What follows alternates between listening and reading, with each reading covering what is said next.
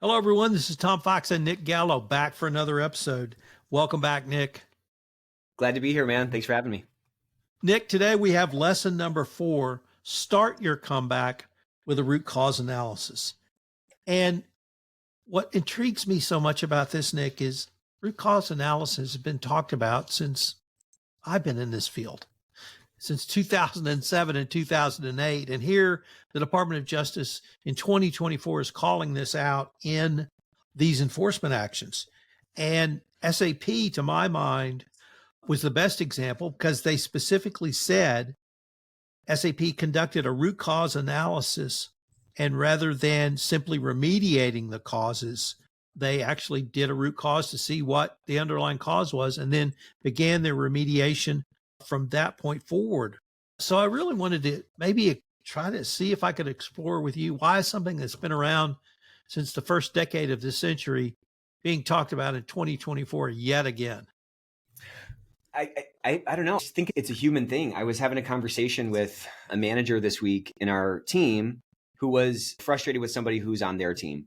And I was kind of struck. I didn't invent this, obviously, the 5 why thing. Keep asking why until you get to the thing. But everybody knows the 5 why thing, but we always ask like 1 why, maybe 2 whys. But it's you have to keep digging to get down to what that root is, because otherwise you're just going to keep solving symptoms.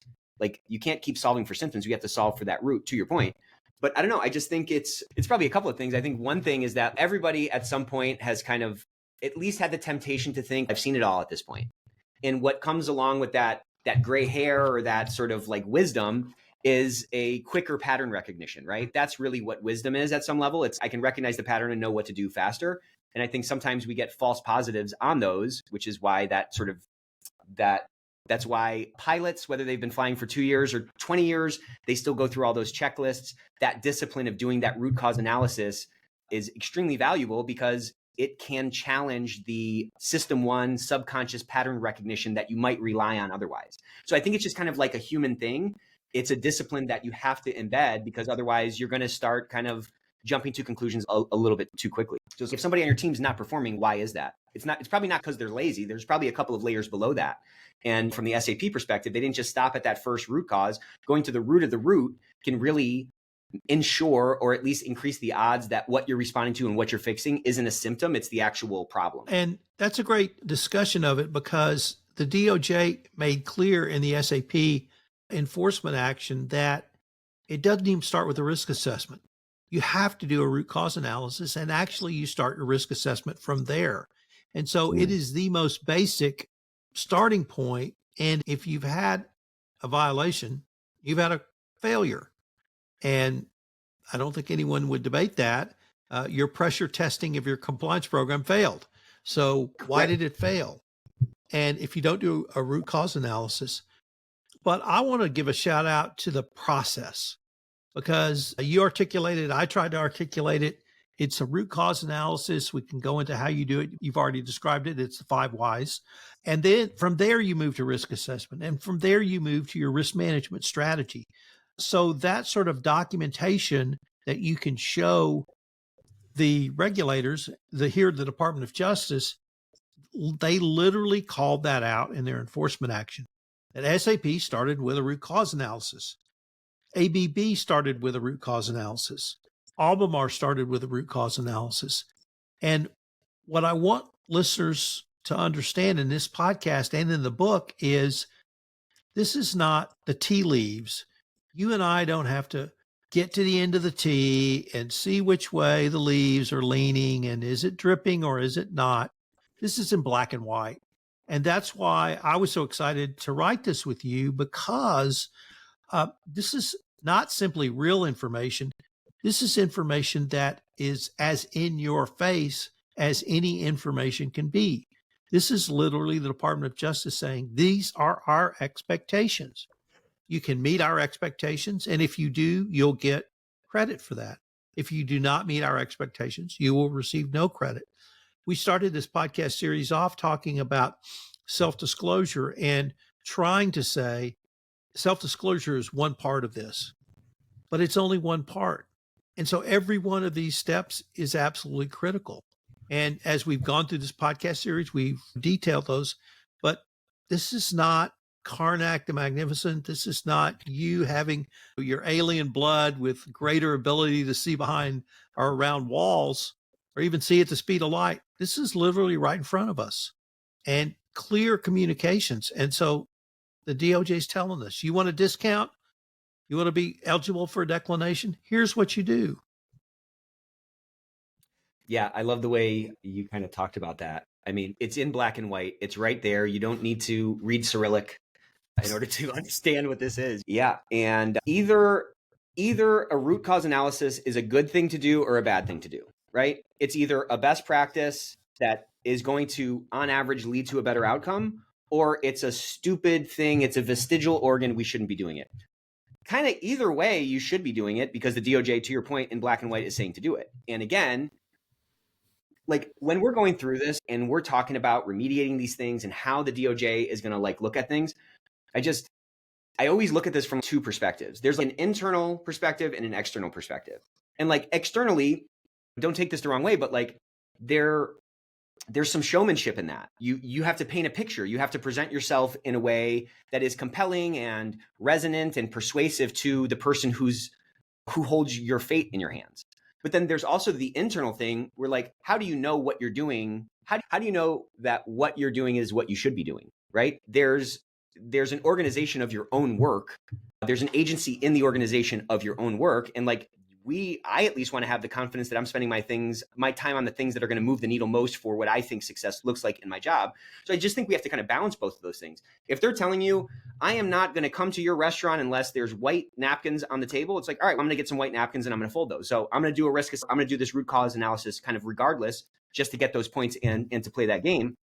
But to what we were talking about at the start of this, I think it's how else do you start? How else do you even know what to work on? You're just going to randomly work on stuff? No, it's absolutely a best practice. But I just think it's a little bit helpful to maintain in our mind that we want to get healthy regardless of what the doctor is going to look for, but also keep in mind what they're going to look for because that can help that examination or that appointment with the doctor go more efficiently or wind up in a better spot.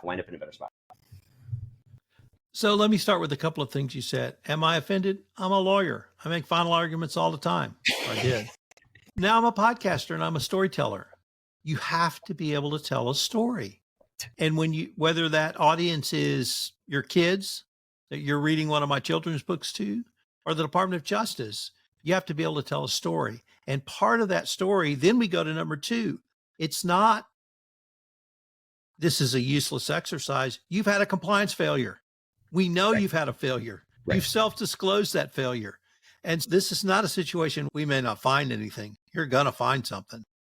And you better find it. And you better ask every why question till you find out why. Because if you don't know why, it really doesn't matter what your remediation is. It's prophylactic. Right. It's going to happen again. Please go ahead. Oh, I was just going to say what you said is so spot on. If we're not, gosh, what did you just say? I'm sorry. I just lost my train of thought. Maybe we can cut this part out. Sure. What did you just say? You said, I'm so sorry.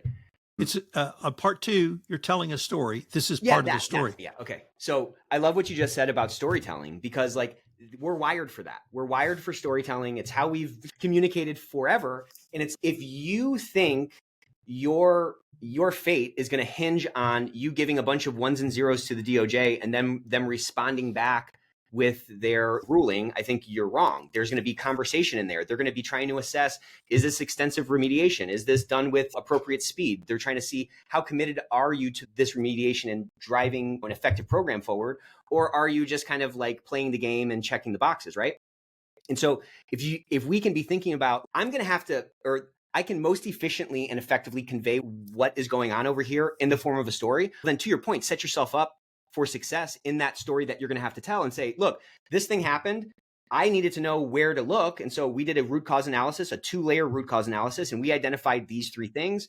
Of these 3 things, based on our risk assessment, we needed to focus most of our effort on this, right? Like tell the story and walk them through the logic. Like when me and Gio are going to the board for, a new investment or a new team that we have to hire and so forth, we're not just coming there and saying, hey, we need a check. They're going to say, what are you talking about? Why? We have to tell a whole story and say, this is the problem and this is what we've explored and this what hasn't worked and blah, blah, blah. So that when we come to the ask, we've brought them along with us. We've brought them along with us on looking under all these rocks and coming to the recommendation versus me just saying, I recommend that we build a new team. You know what I'm saying? Taking them on that walk is so persuasive and it's so impactful.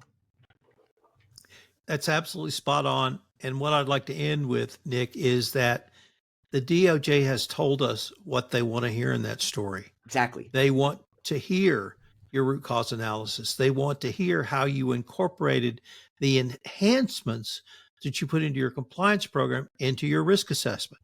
They want to see, or they want to know what controls are either covering these enhancements or new controls you may have created, and then they want it tested. They want it monitored and improved. So they have really given us the structure of the story. And maybe I've now convinced myself this is why this is so important. It's not simply the story, it's the story they want to hear. And at this point, they're the people you have to tell the story to. Yeah. So again, back to that kind of internal, external framework, make yourself set yourself up for success for that story that they want to hear. And then also do what you can to ensure that your efforts are not going to be like wasted spending time on things that are not going to move the needle. All right.